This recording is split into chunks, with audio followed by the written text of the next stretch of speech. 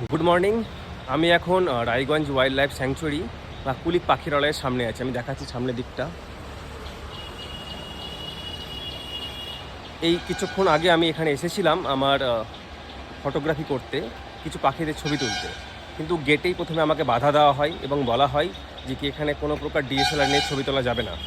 কিন্তু আমি পরবর্তীতে গেটের বাইরে দাঁড়িয়ে যখন থাকি, দেখতে পাই যে কি দুজন ব্যক্তি তারা ডিএসএলআর নিয়ে ছবি তুলে বাইরে বেরিয়ে আসে।